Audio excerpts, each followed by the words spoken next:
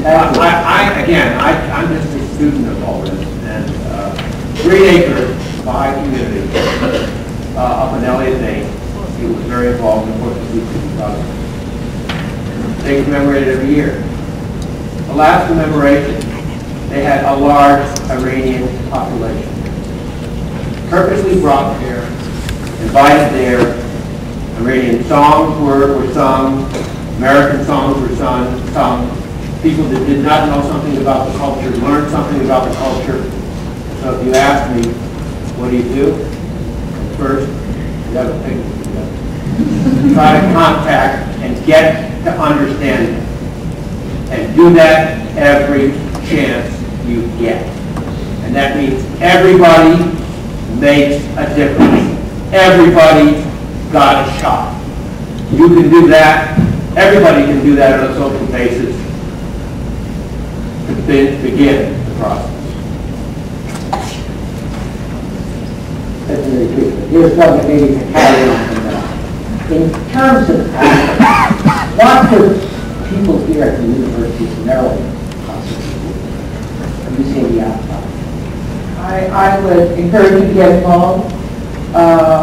People believe we don't listen. Every time there is a demonstration on Darfur, there's a TV report on Darfur, we're listening to those reports. And every day, every hour of every day, that is something that every single person in the African Bureau is thinking about and working on, trying to find a solution to. And the more noise you make, the more desperate we get to find a solution. Not just because you're making noise about it, but because we know as well as you that people are dying every day. And that we're being blamed because we're not doing anything about it. And it's a cause for sleepless nights. And if you make noise about it and you're making noise at the UN, it will hopefully encourage the UN to get additional troops on the ground. It will encourage African governments to get additional troops on the ground.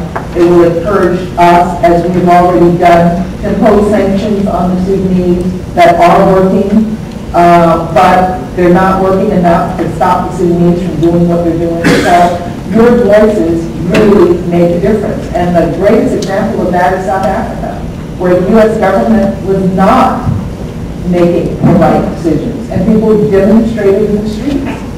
I was at the South African Embassy last night, and the ambassador in speech said that many people who were there in the embassy said that that was the first time they had been inside the embassy, because 20 years ago they were protesting outside the embassy. Those protests made a difference. Unfortunately, I know it's a weekday and we don't want to keep you much longer. There are excellent questions here. I encourage, please, anyone who has any comments, please do write them down. Please do put them in those clips. We are very serious about the fact that we are going to go through them and try to answer them and get back to you not only individually, but in terms of the thought piece that comes out of this. I would like to ask our panelists for one last sharing of thoughts with us, or whatever them are. Ralph Bunch, when he said consult, he also said act. And there's a quote from Abu Baha'i that I think pretty much captures it. It says, mere knowledge is not sufficient for complete understanding. The teachings of the holy books need a heavenly power and a divine potency to carry them out. A house is not built by mere acquaintance with the plans. Money must be forthcoming. Volition is necessary to construct it. A carpenter must be employed in its erection. It is not enough to say, the plan and purpose of this house are very good, I will live in it. There are no walls of protection. There are no roof of shelter. In this mere statement, the house must be actually built before we can live in it.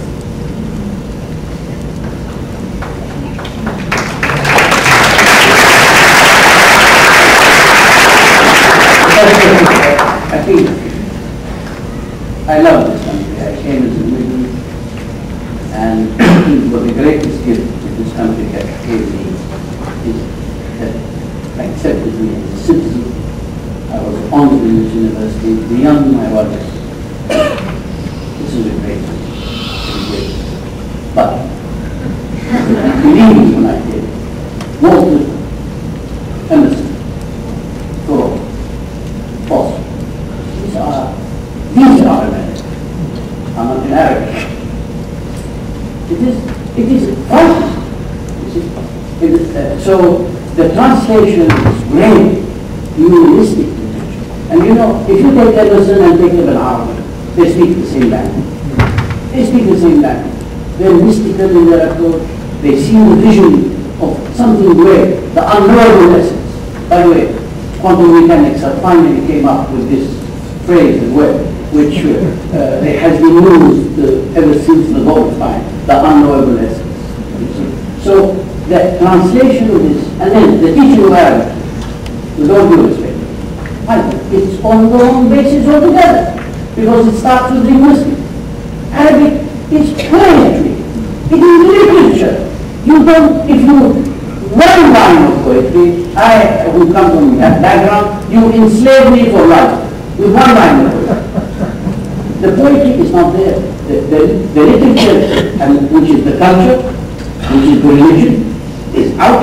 And so what you technique, you see, how to speak, but it doesn't work like that. You see, the nuances of language, the spirit of language. So on both sides, then we should begin to work on this field of communication, education, and language, of course, because there is no other way. Until the time we come when we all speak one universal tongue. And this is another issue.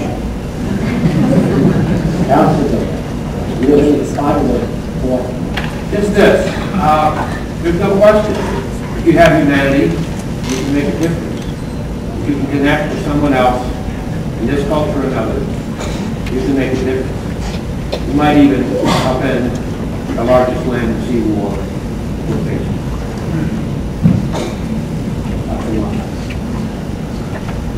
I had a traditional academic education in political science, comparative politics, international relations, and training in foreign service.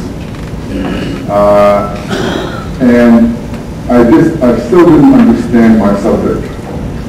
I couldn't understand what sustained these ethnic and sectarian conflicts that defy rationality. At this stage in my life, I've come to the point where I'm working in a project called Toward the Abrahamic Family Reunion, trying to lay a basis, both spiritual and rational, for Muslims, Christians, and Jews to recognize that they are part of the family. And my methodological approach and goal is to focus on the two great commandments and the three traditions, the Hebrew Bible, the New Testament, and the Quran, which is love God with your heart and soul, and love your neighbor as yourself. It's in the book. It's in the first book and in the last book, and it is very hard-headed political science, except that it tends to elude most hard-headed political science. Secretary, I'd like to ask you to sort of give us the final thoughts. Well, I think as we all expressed our different views, I saw some themes come through, and it's about the humanity of diplomacy. And Professor Foster said something to me that really resonated, said something here tonight that really resonated with me. So part of the training for being a good diplomat is to be able to connect with people, to meet people, to respect people. And that is part of the diplomacy that you can do as well. It's not about being just diplomat, but you're going to see the faces of the world all over the United States, on the streets of College Park, the streets of Langley Park, and the streets of Washington, D.C. And to greet those people that you run into as an American, and welcome them to the United States. It's the best diplomacy that we can have. And I'll leave